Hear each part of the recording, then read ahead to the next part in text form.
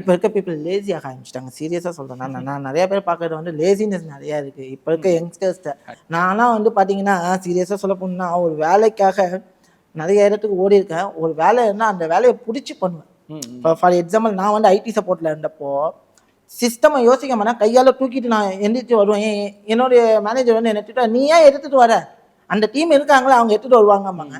ஆனால் இப்போ இருக்க யங்ஸ்டர்ஸ்லாம் நான் பார்க்குறதுலாம் எப்படி இருக்குது அப்படின்னா யோசிச்சுக்கிட்டு, சார் இந்த வேலை மட்டும்தான் சார் நான் பண்ணுவேன். சீரியஸாக நான் பார்த்துருக்கேன் இந்த மாதிரி ஒரு விஷயம். ஏன்னா அந்த வேலை பார்க்கறதுக்கு அந்த ஆர்வம் வந்து நிறைய பேர்ட்ட ரொம்ப லோவாக இருக்குது. ஏன்னா இப்போ உட்காந்த இடத்துல சம்பாதிக்கலாம் அப்படிங்கிற மாதிரி மைண்ட் செட் நிறைய பேருக்கு கிரியேட் ஆயிடுச்சு. அந்த ஹார்ட் ஒர்க் போடுறதுக்கான பொட்டென்ஷியலுக்கு இங்க இல்ல. இது கொரோனா காலகட்டத்துக்கு அப்புறம் தான் நீங்க ஆமா நிறைய சேஞ்சஸ். கோவிடுக்கு முன்னாடி இருந்த காலகட்டம் வேற, கோவிடுக்கு அப்புறம் இப்போ இருக்கிறது வந்து ரொம்ப வேற.